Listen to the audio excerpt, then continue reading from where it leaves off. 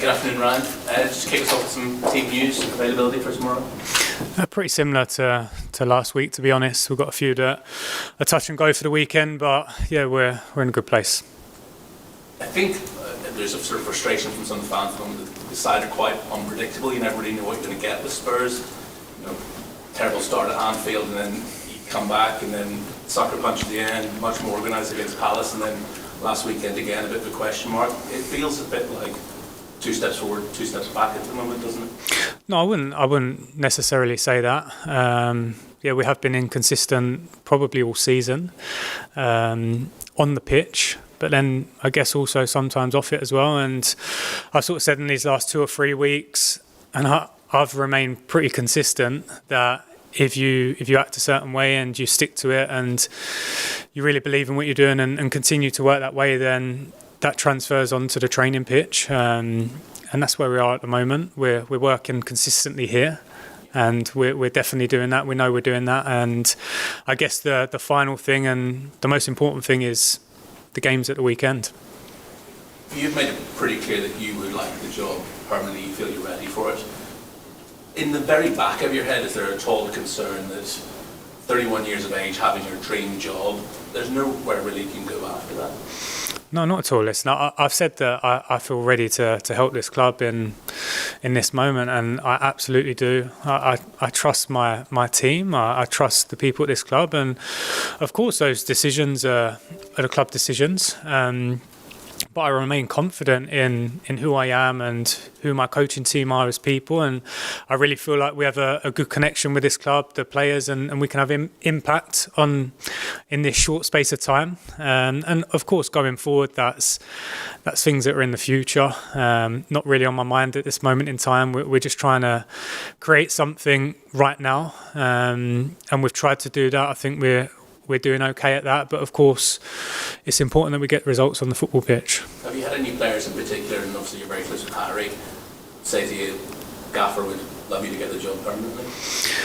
I think there's a professional respect between us, and when we're in these walls, we're all working for the same thing.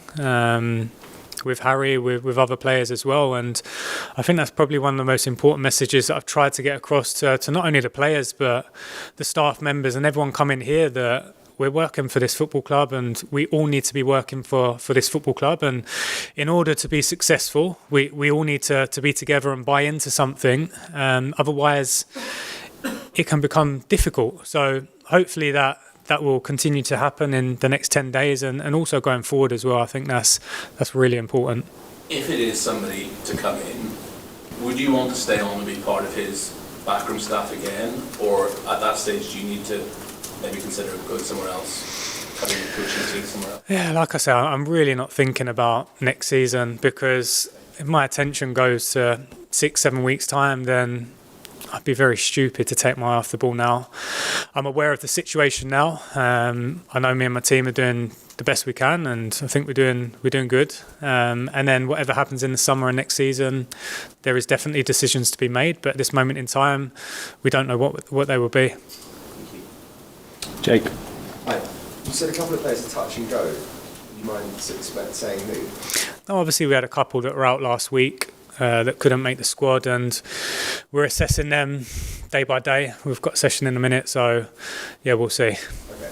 Obviously 2 games coming up, the last 2. What would you say then in your sort of personal and for the team aims for those last 2 games? Listen, I think the most important thing is to get results, because that's what we're working for, to get results. But yeah, of course, at the same time, I would like to start seeing what we believe our team should look like. It has been such a short space of time, but we believe in the work we're doing. We trust in the work we're doing, and if in these next 2 games inside the players can feel that change, and if that can transfer to the outside, then I think that would be an added bonus. But the most important thing, of course, is getting the results. You said to Jamie that in how you feel it's been good so far since you've been in charge.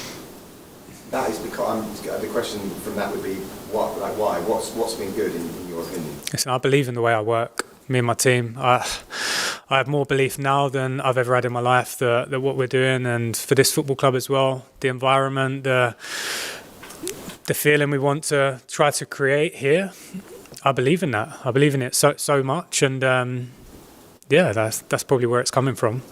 Obviously, conceding early has been a problem in some of the games this season. I know, obviously, you weren't here in charge the whole time, but how do you work on something like that on the training pitch or in meetings with players?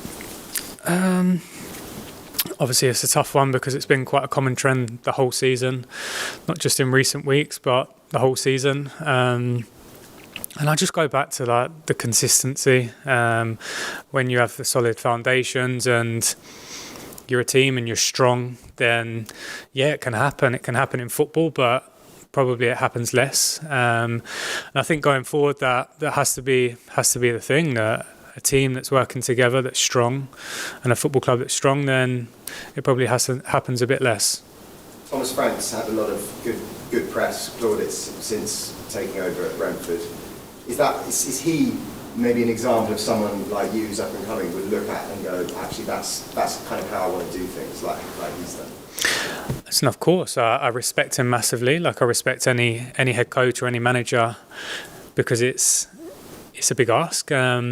Obviously, the job he's done is fantastic. I don't need to speak about that because that's clear for everyone to see. And I think Brentford as a football club have done a very good job as well. So we're aware of that. But our focus inside here isn't on other people. It can't be on other people. It has to be on us, and trying to create a good feeling from with inside these walls.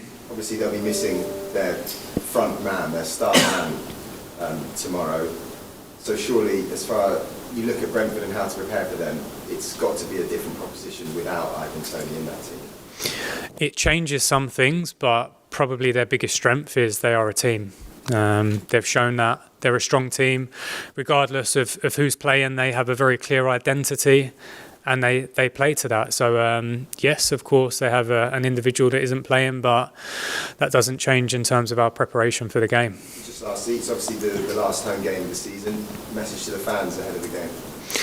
Yeah, I mean, it's important that they see and feel a team that's trying to transfer energy to them. And I think that's probably one of the most important messages that we've been trying to give to the players this week, that we want energy. We want to feel that energy with inside the stadium, because our fans have been fantastic this season. They've stuck with us. They've been with us the whole time. And we want to give them something to feel good about. Thanks, Jake. Charlie? I just want to ask about Yves Bissouma and how much the bonus that is getting him back at the end of the season. Yeah, it is a bonus, because I think if we look at our, I won't say injury record, but this season we've probably never had all three fit and firing at the same time. Five midfielders.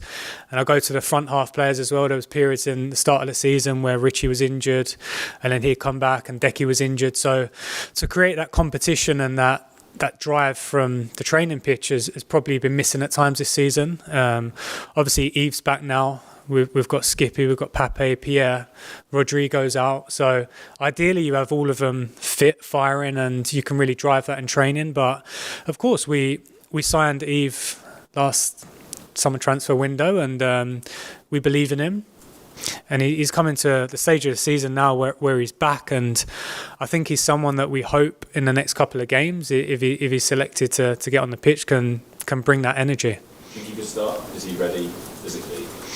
Listen, I think when players train and they train fully, then in my eyes they're fit to play. So I've got a decision to make. We've got players that we need to pick from, but he's certainly one that is available to play, yes. What does he bring, obviously, central midfielder yourself, specifically that some of the others maybe don't? I think every one of our midfielders has different strengths, and I think probably one of Yves' biggest strengths is the ability to get on the ball and kind of take the ball under pressure. He can drive. He can be a all-round midfielder. So we have good midfielders as well that can do the same thing. But yeah, I think he's an explosive player, and hopefully he can help us in these next two games. Just lastly, it feels as though the season maybe is petering out, but there's a lot to play for still. I mean, how important do you think it is that Spurs are in Europe? And there's always a lot to play for when you play for this football club. When you represent this club, it's a big club to represent, and regardless of what situation the club are in, it's important. And of course, we're in a position now where there is a lot to play for. We realise that, we understand that, and hopefully our energy can really show everyone how we feel right now. Thanks, Charlie. Finish with Ali, please. Just to go back to Bissouma for a second. I mean, obviously, from where he came from, he was such a highly rounded midfielder as well. It didn't quite work for him before the injury. Why do you think it didn't? And how do you unlock a player like that? How do you get the very best out of him? No, I think that's quite normal when you come into a different style of play and a different system. Sometimes that can take time.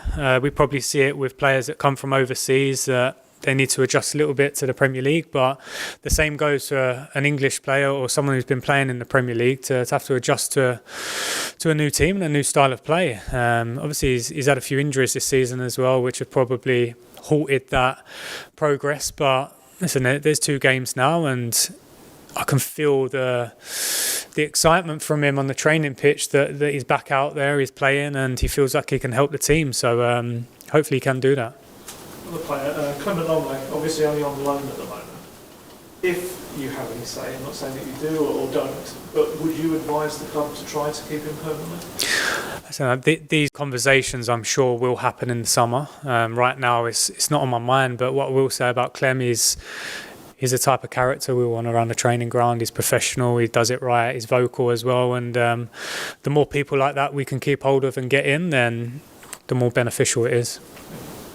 Okay, we'll end the broadcast section there, move on to the embargoed section for 10:30 p.m. tonight. Tom?